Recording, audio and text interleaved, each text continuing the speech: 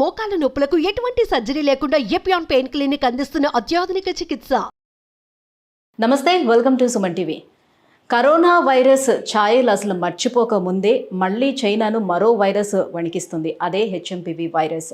ఏంటి HMPV virus? దీని ప్రభావం ఎంతవరకు ఉంటుంది? ఆసియా దేశాలపై ఎంతవరకు దీని ప్రభావం ఉంటుంది? లక్షణాలు ఎలా ఉంటాయి?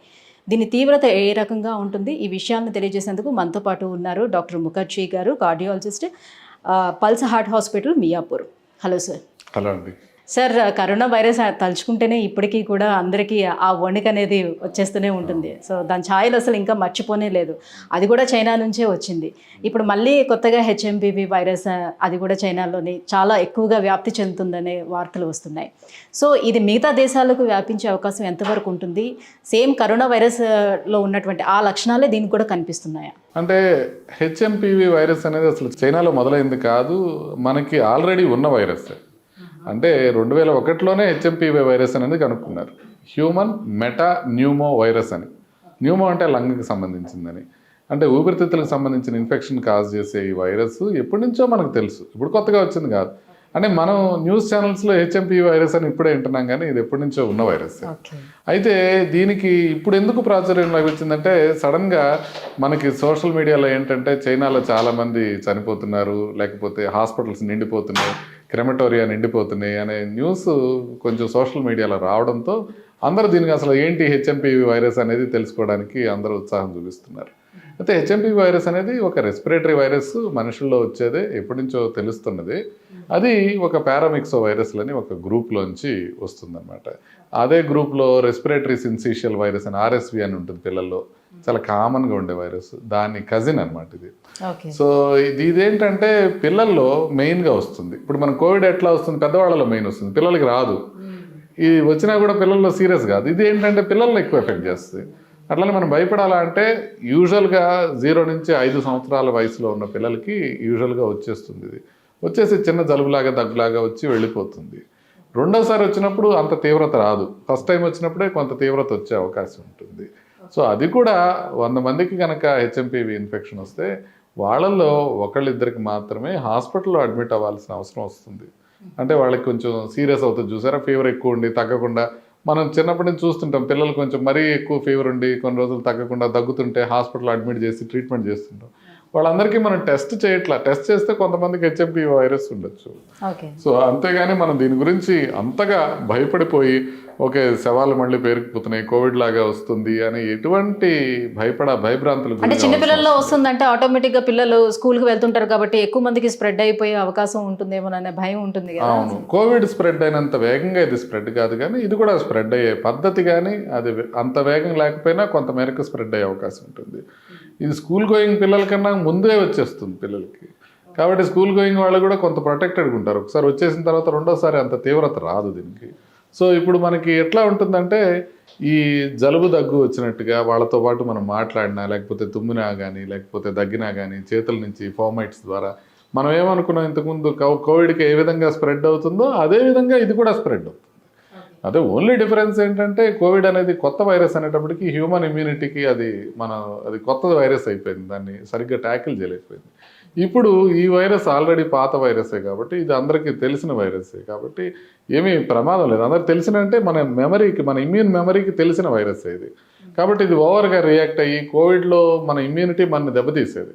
సో ఇప్పుడు అట్లా కాకుండా హెచ్ఎంపివి వచ్చినా కూడా అంత ప్రమాదకరం ఏమి ఉండదు. సో అది కొత్త వైరస్ పేరని కాదు, అట్లా భయపడకూడదు. సో సిమ్టమ్స్ వైజ్గా చూసుకునేటప్పుడు నార్మల్ కోల్డ్ కాఫ్ లాగా అలానే ఉంటుందా? అంతే ఉంటుంది. జలుబు ఉంటుంది, కొంత దగ్గు ఉంటుంది, జ్వరం వస్తుంది. జలుబు చేసినప్పుడు మనకి తుమ్ములు అవి వస్తుంటాయి.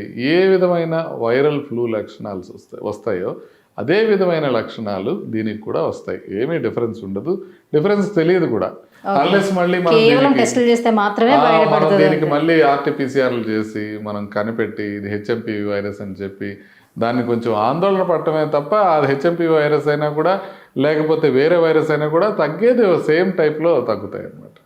సో అందువల్ల దానికి టెస్ట్ చేయాల్సిన అవసరం కూడా పెద్దగా తీసుకోవట్లేదు. చైనాలో ఏంటంటే వాళ్ళు అన్ని టెస్ట్ చేసి డాక్యుమెంట్ చేస్తుంటారు కాబట్టి వాళ్ళు టెస్ట్ చేస్తున్నారు. చైనాలో ఇంకొక మెయిన్ ప్రాబ్లం ఏమైందంటే, ఈ వింటర్లో ఇన్ఫెక్షన్స్ కొంచెం ఎక్కువైంది. దానికి కారణం ఒకటి ఉంది. ఎందుకు చైనాలో ఇంత తీవ్రత వస్తుంది మిగతా దేశాల కన్నా అంటే, చైనాలో కోవిడ్ టైంలో బాగా ఐసోలేషన్ పాటించారు వాళ్ళు ఎక్కువ. మిగతా దేశాలు ఓపెన్ అప్ అయినా కూడా చైనా చాలా రోజులు ఓపెన్ అప్ అవ్వకుండా కోవిడ్ ఇన్ఫెక్షన్స్ ఎక్కువ లేకుండా చూసుకున్నారు. దాంతో ఏమైందంటే కొంతకాలం ఇమ్యూనిటీకి ఎక్స్పోజ్ కాలే పిల్లలు. కోవిడ్ ఇన్ఫెక్షనే కాకుండా మిగతా ఇన్ఫెక్షన్స్ కూడా ఎక్స్పోజ్ కాలేదు. మాస్క్ చాలా తీవ్రంగా ఇంపార్టెన్స్తో ధరించారు, చాలా జాగ్రత్తగా ఉన్నారు. మరీ ఎక్కువ జాగ్రత్తగా ఉండటం వల్ల ఇమ్యూనిటీ ట్రైన్ కాలే వాళ్ళకి. కోవిడ్ నుంచి అయితే తప్పుకున్నారు, కానీ ఇమ్యూనిటీ కొంచెం తక్కువ ఉంది. అందుకని కేవలం ఈ హెచ్ఎంపీవీ కాకుండా ఇన్ఫ్లుయెన్జా వైరస్లు కావచ్చు, మిగతా వైరస్లు కూడా అన్నీ ఒక్కసారే చైనాలో ఇప్పుడు ఎఫెక్ట్ చూపిస్తున్నాయి. అది నెక్స్ట్ 1 or 2 years వరకు వాళ్ళు దానికి మళ్ళీ అక్లిమటైజ్ అయ్యే వరకు కొంచెం చైనాలో వైరస్లు ఎక్కువగా ఉండే మాట ఖచ్చితంగా ఉంటుంది. హాస్పిటల్స్ కిటకిటలాడటం కూడా ఎక్కువే ఉంటుంది. బట్ ప్రమాదకరమా లేకపోతే ఇంకొక ఎపిడమిక్ వచ్చి అంటే మరణాల వరకు వెళ్ళేంత ఛాన్స్ ఎంత వరకు ఉంటుంది అని అనేది అంటే ఇప్పుడు మీరు 1 to 2% హాస్పిటల్ అడ్మిట్ అయ్యారనుకోండి, వాళ్ళల్లో 1 to 2% మరణించే అవకాశం ఉంటుంది. అంటే 0.1% కన్నా 0.01% కన్నా తక్కువ ఉంటాయి మరణాల సంఖ్య ఇది వచ్చినట్టు. బట్ ఎక్కువ నెంబర్స్ వచ్చినాయి అనుకోండి, మరణాల సంఖ్య కొంత పెరిగే అవకాశం ఉంటుంది. అంతే తప్ప చైనా నుంచి వేరే దేశానికి వచ్చి ఆ వేరే దేశంలో కూడా మళ్ళీ విలయతాండం సృష్టిస్తుంది అనుకునే భయాలు ఏమీ లేవు. ఎందుకంటే చైనా ఒకటి కొంచెం డిఫరెంట్గా కోవిడ్లో మనం రిలాక్స్ అయిన తర్వాత కూడా వాళ్ళు రిలాక్స్ అవ్వకుండా కొంత ఎక్కువ టైం తీసుకున్నారు వాళ్ళు కోవిడ్ నుంచి బయటికి రావడానికి. అందుకని వాళ్ళ ఇమ్యూనిటీ ప్రకారం వాళ్ళలో కొంత ఎక్కువగా ఇన్ఫెక్షన్స్ రావచ్చు తప్ప మనకి వచ్చినా కూడా మనకి జలుబులు ఎక్కువ వస్తాయి, దగ్గులు ఎక్కువ వస్తాయి. ఈ సంవత్సరం మీరు చూసారు చాలామందికి జలుబులు దగ్గులు వచ్చినాయి, కొంతమంది హాస్పిటల్స్లో అడ్మిట్ అవ్వాల్సిన అవసరం వచ్చింది. కాకపోతే మనకి దీనికన్నా కూడా మనకి పారాసైటిక్ ఇన్ఫెక్షన్స్ అంటే డెంగ్యూ లాంటివి మనకి ఇంకా ఎక్కువ ఇబ్బంది కలిగించినాయి.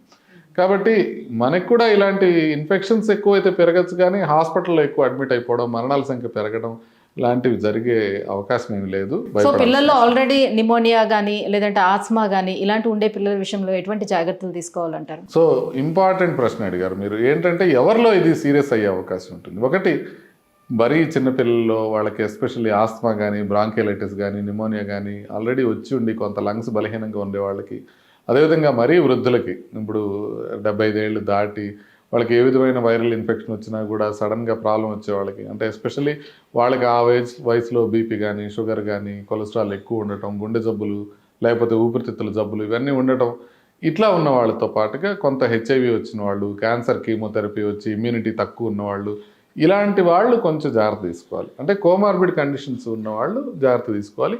చిన్నపిల్లలు ఎస్పెషల్లీ ఆస్మా ఉన్నవాళ్ళు, సిఓపిడి ఉన్నవాళ్ళు కొంత జాగ్రత్తలు తీసుకోవాలి.